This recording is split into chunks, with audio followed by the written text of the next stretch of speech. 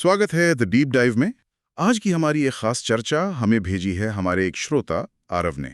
हाँ, और आरव ने हमारे सामने रखी है नोबेल पुरस्कार विजेता डेनियल काहनेमैन की एक जबरदस्त किताब थिंकिंग फास्ट एंड स्लो। और आरव का सवाल बहुत ही सीधा और गहरा है। हम पढ़े लिखे समझदार लोग होते हुए भी अक्सर इतने बेवकूफाना और अतार्किक फैसले क्यों कर लेते हैं? तो आरव के इसी सवाल का जवाब ढूंढने के लिए चलिए इस किताब के पन्नों में गहरी डुबकी लगाते हैं। बिल्कुल। और शुरुआत करते हैं एक छोटी सी पहेली से। अच्छा। एक बल्ला और एक गेंद, दोनों की कुल कीमत है 110 रुपए। बल्ला गेंद से ठीक 100 रुपए ज्यादा महंगा है, तो बताइए गेंद की कीमत कितनी है? 1 मिनट सोचने दीजिए। अपने मन में जो पहला जवाब आया है उसे बस पकड़ कर रखिएगा, हम उस पर वापस आएंगे। ठीक है। और ये पहेली सिर्फ एक दिमागी कसरत नहीं है ना? नहीं, बिल्कुल नहीं। ये हमारे दिमाग के अंदर चल रहे एक नाटक का पर्दा उठाने जैसा है। काहनमैन कहते हैं कि हमारे दिमाग में 2 किरदार हैं जो हमारे हर विचार, हर फैसले को चला रहे हैं। 2 किरदार? हाँ, एक बहुत तेज है और दूसरा बहुत आलसी। आज हम इन्हीं 2 किरदारों की कहानी समझेंगे। अच्छा। ये समझने की कोशिश करेंगे कि हमारी गट फीलिंग कब हमारा सबसे बड़ा दोस्त होती है और कब हमारा सबसे बड़ा दुश्मन। ये तो बहुत दिलचस्प है। तो चलिए बिना देर किए इन किरदारों से मिलते हैं। काहनमैन इन्हें कहते हैं सिस्टम 1 और सिस्टम 2। सिस्टम 1 और सिस्टम 2 सुनने में तो किसी साइंस फिक्शन फिल्म के नाम जैसे लगते हैं। हाँ, लगते हैं, लेकिन ये हमारे अंदर ही मौजूद है। तो पहले बात करते हैं सिस्टम 1 की। ये कौन है? सिस्टम 1 कहानी का वो हीरो है जो पलक झपकते ही काम करता है। मतलब ऑटोमेटिक? बिल्कुल ऑटोमेटिक, सहज, और इसे चलाने में 0 मेहनत लगती है। जैसे किसी की तस्वीर देखकर उसका मूड पहचान लेना, या 2 + 2 = 4 का जवाब देना। एकदम। या खाली सड़क पर बाई को मोड़ना। ये सब सिस्टम 1 का कमाल है। हमारी सारी दिल की आवाज इसी की देन है। अच्छा, तो फिर सिस्टम 2? हाँ, फिर आता है सिस्टम 2। ये कहानी का दूसरा बहुत ही अहम किरदार है। और ये कैसा है? ये धीमा है, सोच समझकर काम करता है, और इसे काम करने में बाकायदा मेहनत और ऊर्जा लगती है। मतलब तर्क और विश्लेषण वाला काम? हाँ, बिल्कुल। जैसे अगर मैं आपसे पूछूं कि 17 को 24 से गुणा करने पर क्या आएगा? ओह, इसके लिए तो मुझे रुकना पड़ेगा, सोचना पड़ेगा। सही। इस सवाल को हल करने के लिए आपको सिस्टम 2 को जगाना पड़ेगा। और जब सिस्टम 2 काम करता है तो आप इसका असर शारीरिक रूप से भी महसूस कर सकते वो हैं। सच में? कैसे? आपकी मांसपेशियां तन जाती हैं, दिल की धड़कन थोड़ी तेज हो सकती है, और आंखों की पुतलियां भी फैल जाती हैं। ये तो कमाल की बात है। मतलब हम सच में मेहनत को महसूस कर सकते हैं। पर यहाँ एक बड़ा दिलचस्प मोड़ है। हम सब खुद को अपना सिस्टम 2 मानते हैं ना? हाँ, वही हिस्सा जो सोचता है, तर्क करता है, फैसले लेता है। हमें लगता है कि हम एक तर्क संगत जीव हैं, लेकिन काहनमैन कहते हैं कि असल में पर्दे के पीछे से पूरा शो तो सिस्टम 1 चला रहा है। आपने बिल्कुल सही पकड़ा।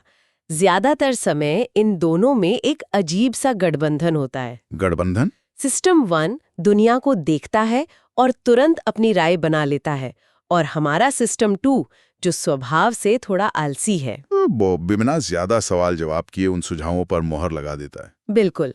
ये व्यवस्था बहुत कुशल है क्योंकि ये हमारी दिमागी ऊर्जा बचाती है।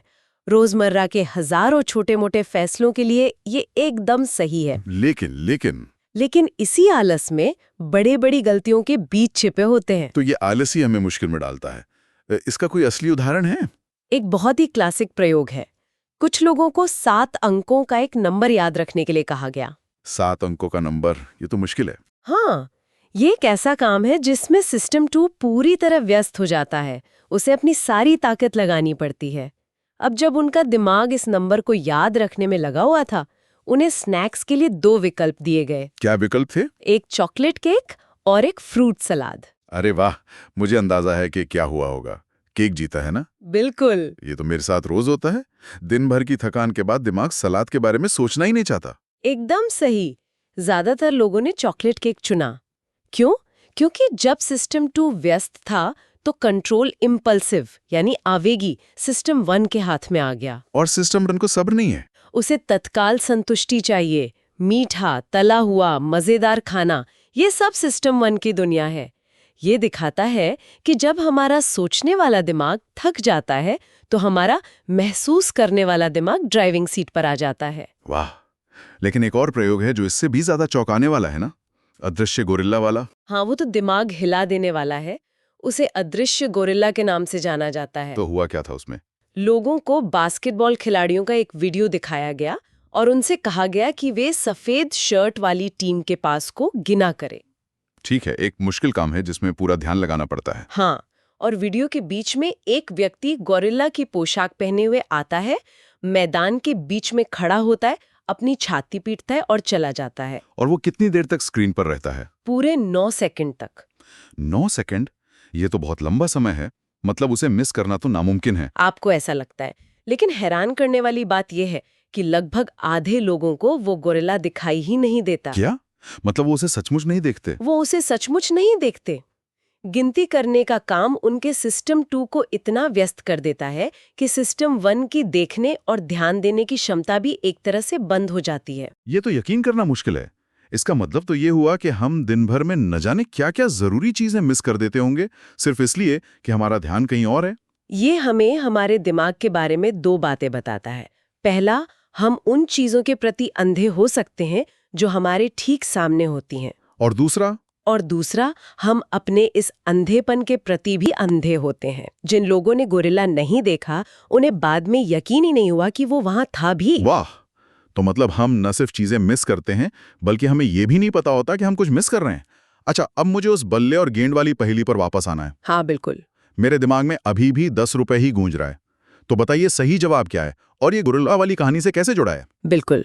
तो 10 रुपए का जवाब गलत है। गलत है? हाँ, गेंद की सही कीमत है 5 रुपए। 5 रुपए? हाँ। कैसे? ये तो देखिए, अगर गेंद 5 रुपए की है और बल्ला उससे 100 रुपए महंगा है, तो बल्ले की कीमत हुई 105 रुपए। 105 रुपए? हाँ। और 105 रुपए का बल्ला और 5 रुपए की गेंद दोनों मिलाकर हुए 110 रुपए। अरे हाँ, हिसाब एकदम सही है। अब समझ आया। पर मेरा दिमाग 10 रुपए पर क्यों अड़ गया? क्योंकि आपकी सिस्टम 1 ने ये काम किया। उसने 110 रुपए को देखा और उसे 2 आसान हिस्सों 100 और 10 में तोड़ दिया। ये एक सहज, आसान और तेज जवाब था। और मेरे सिस्टम 2 ने? आपके सिस्टम 2 ने, जिसे कहनमैन आलसी नियंत्रक कहते हैं, इतनी भी जहमत नहीं उठाई कि उस जवाब को एक बार जांच लें। दिमागी आलस? बिल्कुल, यही दिमागी आलस ही अदृश्य गोरिल्ला और इस पहेली के पीछे की असली वजह है। तो ये जो दिमागी आलस है, इसी की वजह से हमारा सिस्टम 1 कुछ शॉर्टकट अपनाता है? हाँ, ये शॉर्टकट्स ज्यादातर समय काम आते हैं, लेकिन कभी-कभी हमें बुरी तरह फंसा देते हैं। और मनोवैज्ञानिक इन्हें ह्यूरिस्टिक्स कहते हैं। सही काम है ना? इस आदत को देखते हैं। बताइए। हम किसी चीज के होने की संभावना का अंदाजा इस बात से लगाते हैं कि उसका उदाहरण कितनी आसानी से याद आ जाता है। जो चीज झट से दिमाग में आए, हमें लगता है वो ज्यादा आम है। इसी को तकनीकी भाषा में उपलब्धता ह्यूरिस्टिक कहते हैं। अच्छा, कोई उदाहरण? जैसे एक सवाल है, अंग्रेजी भाषा के किस शब्द में के अक्षर के पहले स्थान पर आने की संभावना ज्यादा है या तीसरे स्थान पर? किंग, किचन, काइट, पहले स्थान वाले शब्द सोचना बहुत आसान है। तीसरे स्थान वाले? एक्नॉलेज, आस्क, सोचने में मेहनत लग रही है, तो मैं कहूंगा पहले स्थान पर। और ज्यादातर लोग यही कहते हैं, लेकिन असल में अंग्रेजी में के तीसरे स्थान पर 3 गुना ज्यादा आता है। सच में? हाँ, क्योंकि के से शुरू होने वाले शब्द याद करना आसान है, हमारा सिस्टम 1 मान लेता है कि वे ज्यादा आम हैं। मतलब इसी वजह से प्लेन क्रैश की खबरें सुनकर हमें हवाई यात्रा ज्यादा खतरनाक लगने लगती है। बिल्कुल। भले ही आंकड़े बताते हों कि कार से सफर करना कहीं ज्यादा जोखिम भरा है, जो खबर मीडिया में छाई रहती है वो हमें बड़ी और ज्यादा संभावित लगती है। ठीक है, तो अवेलेबिलिटी ह्यूरिस्टिक का मतलब हुआ कि जो यादें ताज़ा हैं वो हमें ज्यादा बड़ी लगती हैं। लेकिन कई बार हम सिर्फ समानता के आधार पर भी तो फैसले कर लेते हैं, बिना आंकड़ों को देखे। आपने बिल्कुल सही नस पकड़ी है। क्या ये भी एक तरह का शॉर्टकट है? हाँ, इसे ही प्रतिनिधित्व ह्यूरिस्टिक, रिप्रेजेंटेटिवनेस ह्यूरिस्टिक कहते हैं। मान लीजिए मैं आपको स्टीव नाम के एक व्यक्ति के बारे में बताती हूँ। ठीक है, बताइए स्टीव के बारे में। स्टीव बहुत शर्मीला है, हमेशा दूसरों की मदद करता है, लेकिन उसे लोगों में या असल दुनिया में बहुत कम रुचि है। वो एक विनम्र और साफ सुथरी आत्मा है जिसे हर चीज व्यवस्थित पसंद है और वो हर काम को बहुत विस्तार से करता है। तब बताइए, स्टीव के लाइब्रेरियन होने की संभावना ज्यादा है या किसान? ये तो बहुत आसान है, वो पक्का लाइब्रेरियन होगा। ये सारी बातें एक लाइब्रेरियन की छवि से हूबहू मेल खाती हैं। और लगभग हर कोई यही जवाब देता है। हमारा सिस्टम 1 समानता के आधार पर तुरंत फैसला कर लेता है। लेकिन इसमें गड़बड़ क्या है? इस प्रक्रिया में हम एक बहुत जरूरी आंकड़ा भूल जाते हैं। वो ये कि दुनिया में पुरुष लाइब्रेरियन की तुलना में पुरुष किसान 20 गुना से भी ज्यादा हैं। 20 गुना? अरे बाप रे! हाँ, आंकड़ों के हिसाब से ट्रैक्टर पर ऐसे विनम्र और साफ सुथरे लोग मिलने की संभावना किसी लाइब्रेरी के काउंटर से कहीं ज्यादा है। वाह! तो मेरे दिमाग ने एक अच्छी कहानी बनाई और आंकड़ों को पूरी तरह नजरअंदाज कर दिया। ये तो थोड़ा डराने वाला है।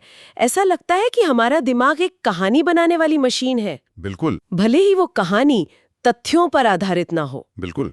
और इसी से हम कानमैन के सबसे बड़े और सबसे जरूरी आइडिया पर पहुंचते हैं। वो इसे एक अजीब सा नाम देते हैं, WYSAIT। मतलब तो ये हुआ कि हम अधूरी जानकारी के आधार पर ही पूरी कहानी गढ़ लेते हैं और उस पे पूरा यकीन भी कर लेते हैं। मतलब सिस्टम 1 सिर्फ उसी जानकारी के आधार पर कहानी बनाता है जो उसके सामने है। एकदम।